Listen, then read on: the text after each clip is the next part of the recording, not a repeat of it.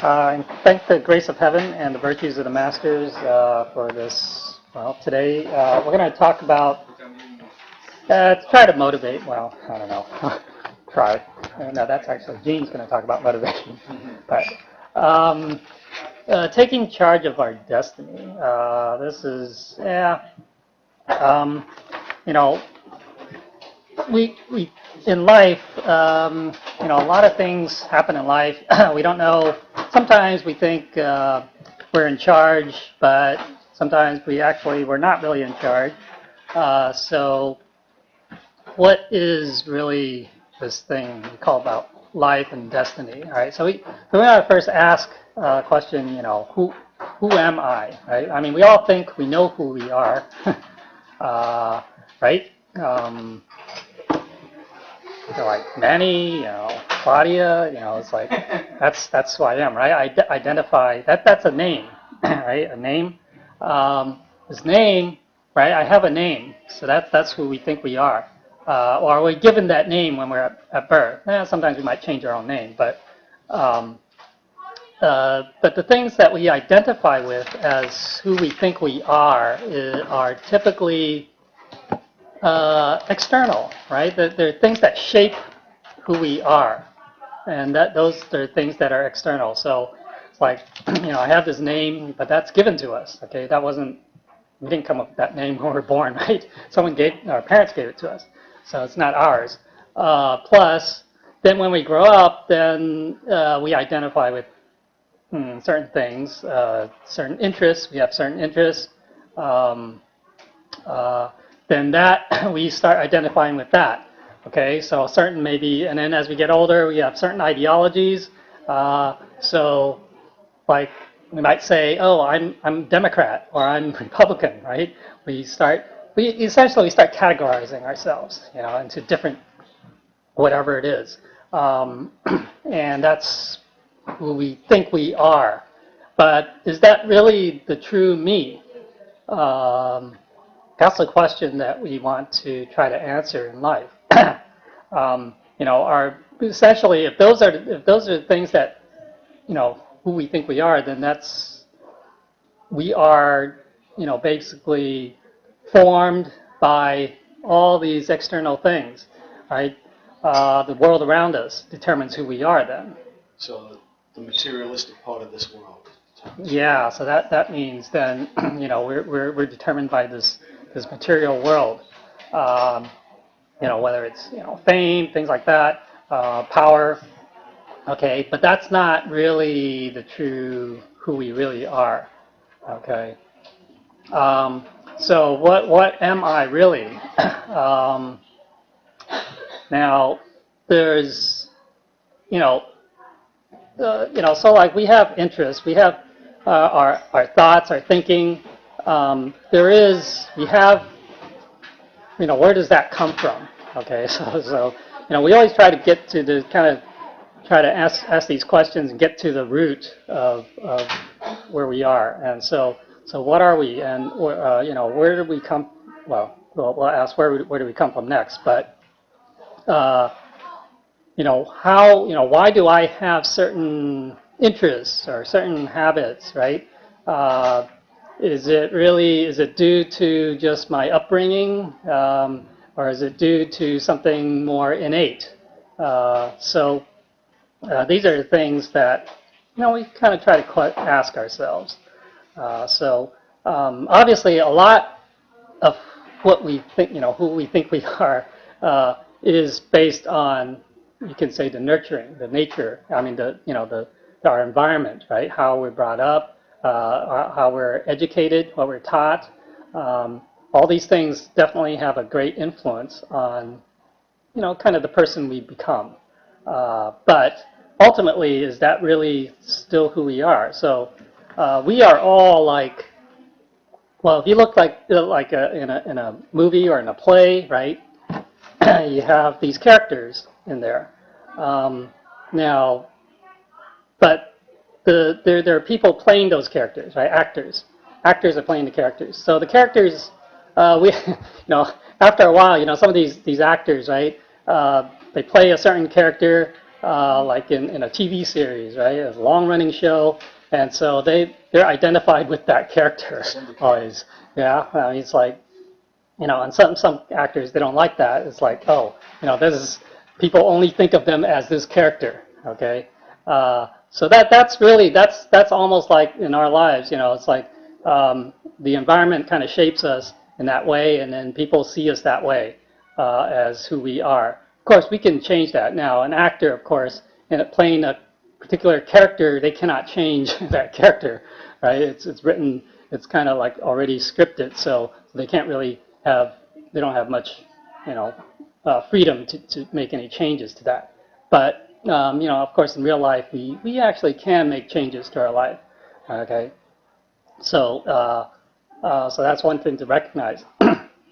And so actually in life, so we are essentially like that. So in this life, we are who we are. It's like playing that character in a play or in a movie.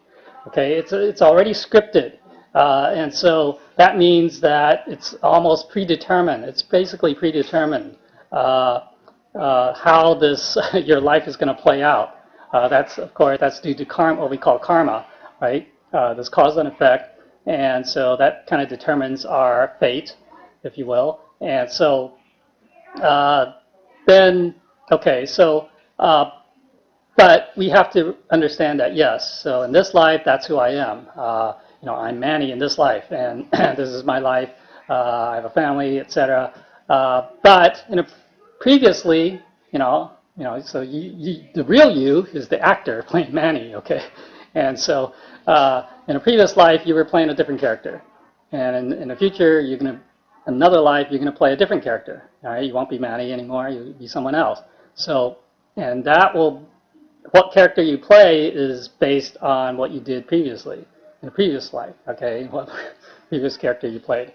And so it kind of builds up that way. And so we want to understand, so we shouldn't identify too much with, this physical self, this who we think we are. That isn't the real self, all right? So that's what Buddha and actually all the religions, all the sages, they all talk about, they're looking for that true self, that true, what we call that true nature, the Buddha nature. That is true self. Unfortunately, that Buddha nature is very hard to describe. It's very mysterious and marvelous and everything, okay? But it's basically, it can become anyone. So it's just like an actor can play any role, okay? So that's how marvelous that true nature is, okay? It can do anything. And so that's important, question that we need to understand. Okay, so who am I really? And so then that leads to, talking about the meaning of life. What? Okay, well, actually, in life, we look at, why is it that I am given this this role, right? And I have to suffer in this life. And other people are just, they're rich and they're healthy and they're all that, they have power, right? Fame, and why don't I have that? So again, that goes back to, it's all karma, okay? So those are the things when we're born. Yes, a lot of things that we can do to change our lives. Of course, education is very important in changing our lives, right? If we don't have an education, then definitely, we won't be able to achieve as much as if we did. So that's obviously important. So that's kind of an external thing. But it requires a will as well, right? We have to have that will, the willingness to want to achieve, to be a better person, to improve our lot in life. So we see in life, there's suffering. And so Buddha, he had everything, but he looked at, I guess he never really suffered, when he was living in the palace. Maybe he didn't even get sick. But eventually he went out, ventured out, and he saw the real world. Okay, so that kind of was a wake-up call for him. It woke him up so he wanted to seek the true answer to what is the meaning of life? Why is there suffering in life? And so he, then, once he realized what it was, and then it became the Four Noble Truths, right? That there is suffering in this world, that we cause the suffering, that there can be an end to suffering, and that we can end it. All right. But it's all our choice. Okay. It's all basically up to us to do that, make that change, to end that suffering. Right. So, but to end that suffering, we need to understand why we create that suffering. Right. So it's through our desires, through our attachments. Our desires and attachments are the biggest things that cause the suffering. And the suffering, it's basically the result of karma. Okay, so we create karma. So that's what we understand that. Now, Mr. Jack? oh yeah. I feel that the difficulties that you brought out that we have in our lives, I feel that those difficulties are challenges for us to remind us to go back to our Buddha nature, to be able to go and move on from there and not forget our Buddha nature, whereas if we didn't have any difficulties in life, we may forget about our Buddha nature, just be happy of where we are, and won't have that opportunity to be able to continue to further ourselves, to further other people, and to go on to the next phase of life, whatever that would be for us possibly. And then you talk about opportunities, and I think that Ramu gives us opportunities in front of us all the time, and it's our free will where we're able to decide whether we're going to take those opportunities or not, and what we're going to do with it. And that coincides with the choice of being able to move on from this life to a different one on a higher level or a lower level as well, because the choice that we make has to have some type of difference on somebody else and not just ourselves. Mm-hmm. And that difference could be positive. And if we don't follow through with something that's positive to help humanity itself, then we're not doing our job with ourselves and our Buddha nature. Right. Yeah. Certainly that's one way to view things. The challenges in life, right? We can just complain, right? That's one choice. One path we take. We just complain about things and say, oh, why is it this? Why is that? But that doesn't really help, right? So if we want to really make change, then we have to start with our own attitude. Just change our attitude, look at things the right way. So that's, part of the Eightfold Noble Path is the right thinking, right, the right view of things. Okay, so yeah, like you said, we can view challenges in life as a way to better ourselves, I guess, as a way to improve ourselves. These are the things that we need to overcome, having that will to do it. And like you said, the opportunities, I don't know if people believe in second chances, but we have a second chance every day. Every day we're giving a new chance. It's a new day to make a change. Okay, so if something happened, but whatever happened. Okay, we can't change that, but we can change the future. Right? So every day is a new opportunity. Actually, not every day, but every moment is a new opportunity. Every moment we can make a change. We can decide to take a different path. Right? So that's very important to understand. That yes, even though there are certain things that seem to be fixed, but they're not. Yes, of course, eventually death will come.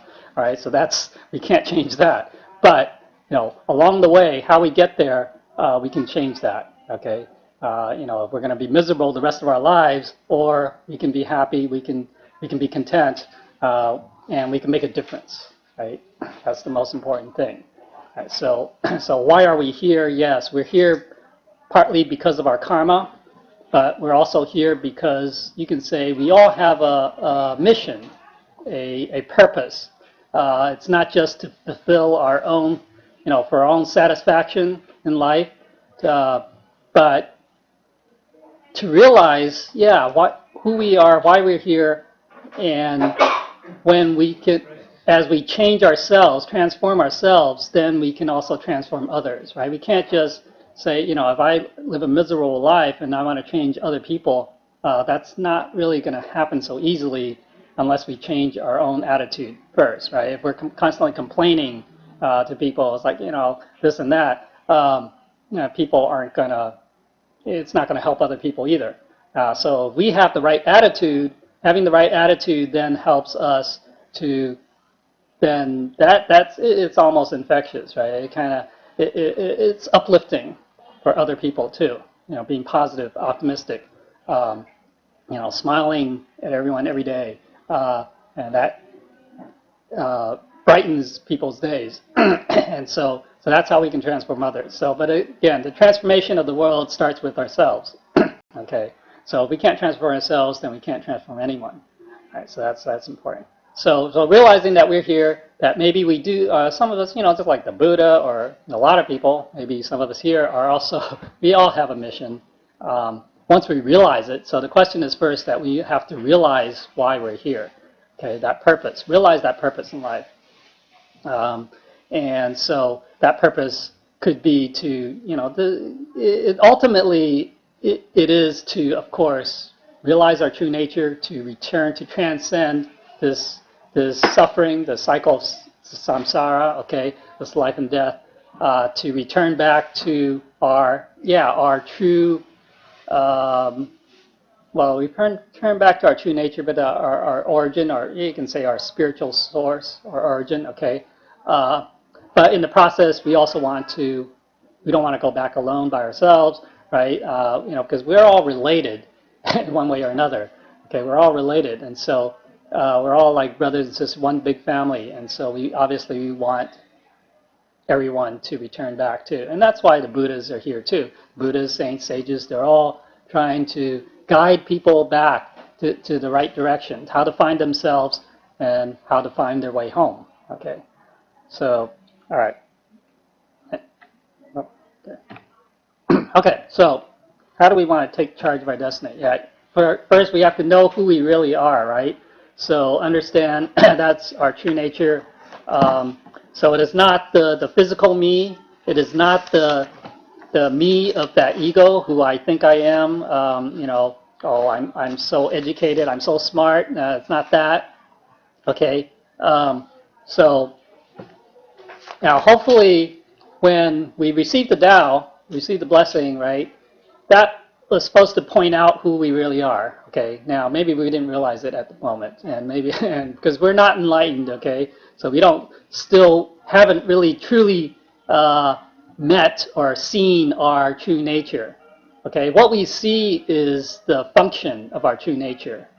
Okay, everything that we see is really the function and the manifestation of the true nature, but we really haven't seen that true nature, the essence of who we are yet. Okay, so hopefully as we learn to cultivate and practice Tao, we understand, we try to see what that true nature, that true essence is. Okay, and then know why we're here. Okay, so obviously we realize that yes, we're here. If we're suffering, even if we're not suffering, if we're having if we have wealth, we have fame, we have power, all these things, that's because of karma, past lives, what we did in the past, and we're just reaping the consequences or the karmic blessings, if you will, from that. Okay, but that is just all kind of a facade, and we want to look beyond that. That's on the surface. Okay, so underlying all that is there is a main purpose, which is we're here to find the truth. Okay, the ultimate truth, the truth about life, the truth about who we are, why we're here. Okay, so once we know that truth, so after receiving the Tao, it's explained to us. All right, so that then we should that should help shape our attitude in life, what we should pursue. Okay, and so then obviously we don't pursue the material things, all these forms, because we realize also that everything is temporary, it's impermanent, subject to change, and we have no idea. Life itself is impermanent and unpredictable, right? We know that. anything can happen, right? In the next moment, we walk out on the street, we leave temple, who knows if we're gonna make it across the street, okay? That things like that happen. But hopefully, because we're cultivating, right, we can change what might be karmic fate, okay? We can change that through our virtue, through our merit, okay? That's through our cultivation. Ultimately, we do want, and how do we do that? We obviously, we practice, take the precepts, spread the truth, try to propagate the Tao, bring people to receive the Tao. That's all merit, okay? Obviously, we try to do it. We do it with the proper attitude. We don't want to seek merit for merit's sake of seeking merit, but we do it because it's the right thing to do, right? Okay. And then, so know also that we can change, of course, change our lives. It's said that, yes, it's true that for most people, because they're not cultivating, that they are subject to the laws of karma and, whatever, so that's why you have fortune tellers who can actually predict, tell a person what the future is going to be like for that person. That's because that was already predestined or set in previous lives, okay, based on the karma. But yes, we all have that. However, we can change that. So that's the good thing. Once we receive the Tao, we cultivate our merits and virtues, then we can make changes. Okay. And they can't see the changes that we make. Well, so because that's part of our free will. Yeah. To be able to decide. Right. Yeah. So after we make the changes, then they may be able to see a difference the next time you go and see them. Right. Right. That's why if you ever go to a fortune teller, you don't just pay heed to everything that they say, because you still have that ability to make a difference and make a change where you affect yourself or other people. Right. A lot of people, they go to the fortune teller, they listen and say, oh, this is going to happen to you, this, and or you got to do this and this. Well, that's just, you're limiting yourself. Then you're just kind of, it's self-fulfilling. It becomes self-fulfilling. Okay. So it's like and you're influencing your own decisions rather than making your own decision using your Buddha nature. Right. So realize that we can make the change, that you don't have to listen to that, that there is a way to make a change, that, yeah, as long as we take charge, we can make that, we can do it. All right. And so know how to take charge again is basically, ultimately we want to understand, it has to come from within, okay, come from our conscience, come from that Buddha nature, what is the right thing to do, all right? It's not necessarily what other people tell us. So we have to understand the principles, okay, the truth, what are the right principles to follow, right? And so understanding that, so let's say we understand compassion, we understand all these things. So if we understand what compassion is, that's one of the principles of being human, compassion, a principle of humanity, then we follow that. So compassion is, it's obviously, it's you can say it in a broad sense, it's love for everything, all living beings, and therefore, one of the things that if you want to follow that means to be a vegetarian, right? We don't take any life, right? So that's just one example of how to make change, and so and also the principles of actually Confucius, last week we talked about Confucius, but the idea of reciprocity, that golden rule, how we treat others, then that's how we get treated. That's kind of a way of talking about cause and effect, but it's also, no matter what, no matter how people treat us, we should always treat them well, treat them, with good intent, with goodwill, because otherwise, if we don't do that, then they will just, obviously, if they're not enlightened, of course, not everyone will necessarily treat you well, but in general, I think treating people well, people feel good. They feel better. And even if they were treating you poorly at first, if you treat them well in return, it can change them, right? They see a difference. And so that is very important. So that's why we understand the principle and we stick to the principle. We don't say, oh, suddenly today that person mistreated me. I feel really angry. I want to get back revenge at them. So that kind of, unfortunately, that goes down the wrong path, and that creates more karma. Okay, so definitely we want to follow these principles that we learn here, and implement them in our lives every day. Okay.